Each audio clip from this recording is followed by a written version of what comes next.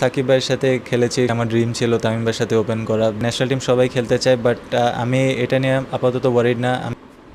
সকলকে আলটিমেট স্পোর্টসে স্বাগতম। সাথে আছে আমি রৌশন মনির এবং আমাদের সাথে আজকে রয়েছেন বাংলাদেশের একজন চেনা পরিচিত মুখ, ন্যাশনাল ক্রিকেটের সাইফ হাসান। তো তার সাথে আজকে আমরা এক্সক্লুসিভ কিছু তথ্য শেয়ার করব এবং তাকে কিছু কোশ্চেন করব। বাংলাদেশের টেস্ট ক্রিকেটে এক সময় ভাবা হতো আপনি বাংলাদেশ টেস্ট ক্রিকেটে একটা বড় স্টার হবেন, আপনি যেভাবে শুরু করেছিলেন। তো সেই জায়গা থেকে হচ্ছে যে আপনার আসলে থেমে যাওয়া, ন্যাশনাল ক্রিকেটে কন্টিনিউ না করা বা ওইভাবে নিজের সুযোগটা না পাওয়া, সেখান থেকে যে পিছিয়ে পড়লেন, সেই জায়গা থেকে আপনার আক্ষেপটা কতটুকু? আক্ষেপ তো আছে। আমার মনে হয় শুধু টেস্ট প্লেয়ার হিসেবে আমি কখনো নিজেকে মনে করি নাই। আমি থ্রি ফরম্যাটের জন্যই আমি নিজেকে সবসময় মনে করেছি। হোপফুলি ইনশাল্লাহ সামনে সুযোগ আসবে। চেষ্টা করছি যে নিজেকে যাতে মানে সব ফরম্যাটের সাথে মানিয়ে নেওয়ার। লাস্ট কয়েক বছর ধরে সাদা বলে খুব ভালো, মানে ডোমেস্টিক পারফরমেন্স ভালো হচ্ছে। চেষ্টা করব যদি ইন্টারন্যাশনালের সুযোগ পাই ওভাবে মেলে ধরার। এই যে বর্তমান সময়ে যে ওয়ানডে দলের যে অবস্থা দেখতেই পাচ্ছেন, আজকেও বাংলাদেশের অবস্থা খুবই খারাপ। তো সেই জায়গাটাতে মিডল অর্ডারদের যে পরিসংখ্যানটা দেখলাম কোলাপস করছে, সেই জায়গাটাতে আপনি যদি সুযোগ পান, বাংলাদেশ দলকে মিডল অর্ডার থেকে আপনি কতটুকু দিতে পারবেন আপনার জায়গা থেকে? আমার রোল টপ অর্ডার, তো আমি যেহেতু টপ অর্ডারে খেলি, মানে টপ অর্ডারে আমি স্বাচ্ছন্দ্য বোধ করি। যদি মিডল অর্ডারের সুযোগ পাই অবশ্যই 100% দেওয়ার চেষ্টা করব। মিডল অর্ডারের খেলাটা গ্রাফটিংয়ের খেলা, যত ক্যারি অন করা যায়।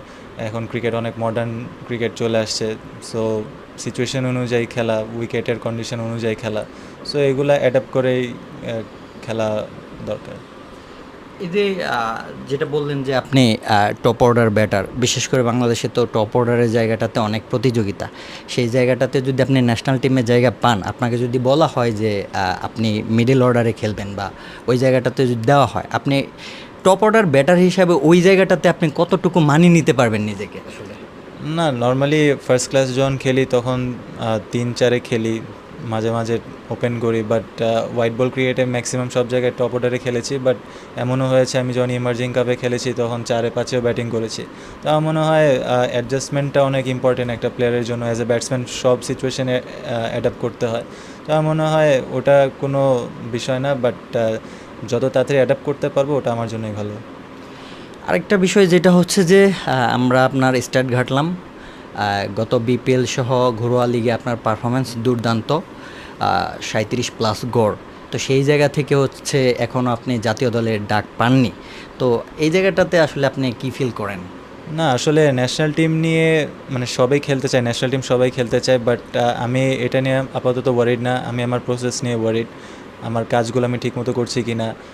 বাকিটা আল্লাহর ইচ্ছা। আমি যদি আমার হার্ডওয়ার্ক করে যদি আমি নিজেকে ইমপ্রুভ করতে পারি অবশ্যই আমার সুযোগ আসবে। সাথে অবশ্যই পারফরমেন্সটা অনেক বেশি ইম্পর্ট্যান্ট।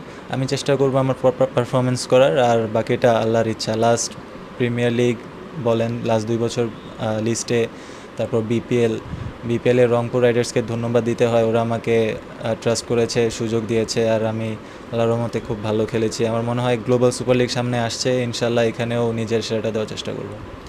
গ্লোবাল সুপার লিগে আপনাকে দেখলাম কিংস এরিনাতে আপনি গিয়েছিলেন, পাশাপাশি নুরুল হাসান সোহানও গেছিল। গ্লোবাল সুপার লিগ নিয়ে ইন্ডিভিজুয়ালি আপনার কি প্ল্যান আসলে?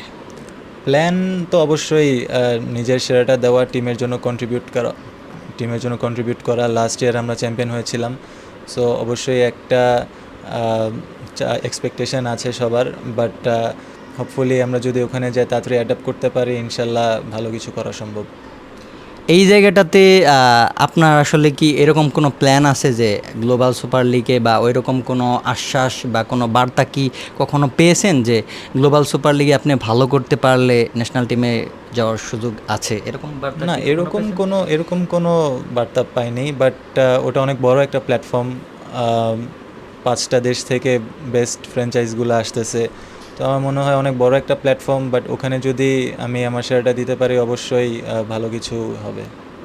বাংলাদেশ ক্রিকেটের বর্তমান সময়ে সাবেক যারা প্লেয়ার রয়েছেন, সাকিব আল হাসান, তামিম ইকবাল, পঞ্চপাণ্ডব যারা রয়েছেন, তাদের মধ্যে কার সাথে বেশি আপনার কমিউনিকেশন আছে? সবার সাথেই লাস্ট ইয়ার সাকিব ভাইয়ের সাথে খেলেছি শেখ জামালে প্রিমিয়ার লিগে, তারপর তামিম ভাইয়ের সাথে সবসময় যোগাযোগ হয় ব্যাট নিয়ে, যে কোনো কিছু যে কোনো বিষয়ে হেল্প করে উনি, যে কোনো সাজেশন যদি লাগে ওনাকে ফোন দিয়ে উনি মানে সবসময় ভালো সাজেশন দেয়, সবসময় হেল্প করে। মুশফিক ভাইয়ের সাথে ড্রেসিং রুম শেয়ার করি, যখন ক্যাম্প হয় আমাদের, এখন ক্যাম্প চলতেছিল তখন মুশফিক ভাই ছিল। তো সবাই আলটিমেটলি, রিয়াদ ভাই যখনই সামনে আসে সবার সাথেই কথা হয়, এরকম নির্দিষ্ট কেউ নাই, বাট সবার সাথেই কথা হয়। এখন ন্যাশনাল টিমে যারা আছে, ফিজ ভাই, লিটন ভাই, মিরাজ ভাই, সবার সাথেই ভালো কমিউনিকেশন।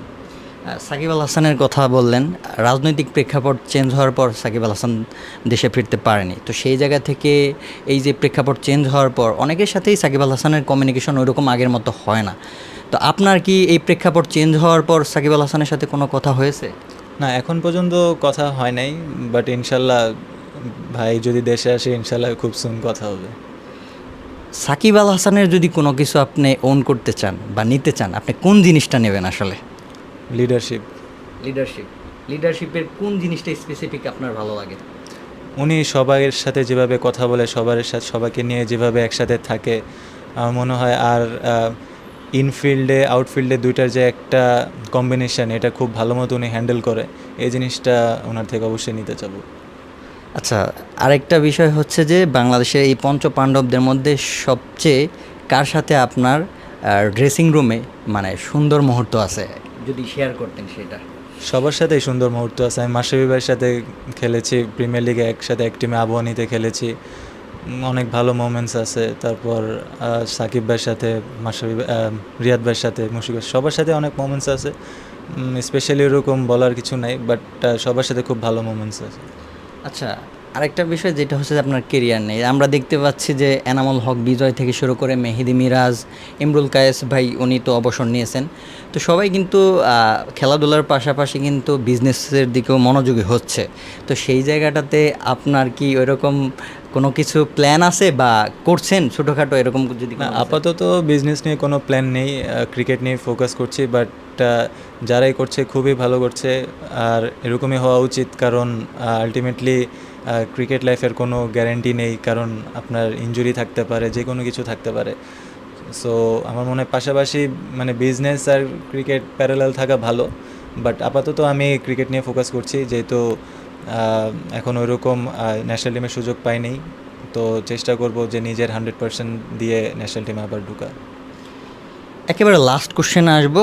আপনি তামিম ইকবালের কথা বলেছিলেন, তিনি ব্যাট দিয়ে বিভিন্ন ইনফরমেশন পাশাপাশি পরামর্শ দিয়ে আপনাকে সাহায্য করে, তো সেই জায়গাটাতে তামিম ইকবালের সাথে আপনার ব্যাটিং পারফরমেন্স নিয়ে, ব্যাটিং উন্নয়ন নিয়ে কখনো কি কথা হয় বা কী ধরনের টিপস দেয় আপনাকে? হ্যাঁ, তামিম ভাইয়ের সাথে তো আমি অনেক ম্যাচ একসাথে ওপেন করেছি। আমার ড্রিম ছিল তামিম ভাইয়ের সাথে ওপেন করা। বিপিএলে ফরচুন বরিশালে করেছিলাম, যেবার করোনার জন্য যেটা মানে বায়োবাবলে হয়েছিল যেটা, তারপর টেস্টে করেছিলাম। তো তামিম ভাই সবসময় হেল্প করেছে, সবসময় ভালো সাজেশন দিয়েছে। তার মধ্যে আমার যখন যেটা দরকার ছিল, যেমন এবার প্রিমিয়ার লিগে আমার একটা ব্যাট দরকার ছিল, আর্জেন্ট ব্যাট দরকার ছিল, তামিম ভাইকে বলেছি, সাথে সাথে আমাকে পরের দিন দিয়েছে। তো তারপর এবার যতগুলো ব্যাট এনেছে, তারপর আসার পর সাথে সাথে বলেছে। সব কিছু নিয়ে আসলে যে কোনো প্রবলেম নিয়ে মানে আমরা মানে সিনিয়ররা এরকম একটা পরিবেশ করেছে আমাদের জন্য যে আমরা চাইলেই আমরা যে কোনো কিছু শেয়ার করতে পারি। সো আলহামদুলিল্লাহ, এটা খুব ভালো একটা জিনিস।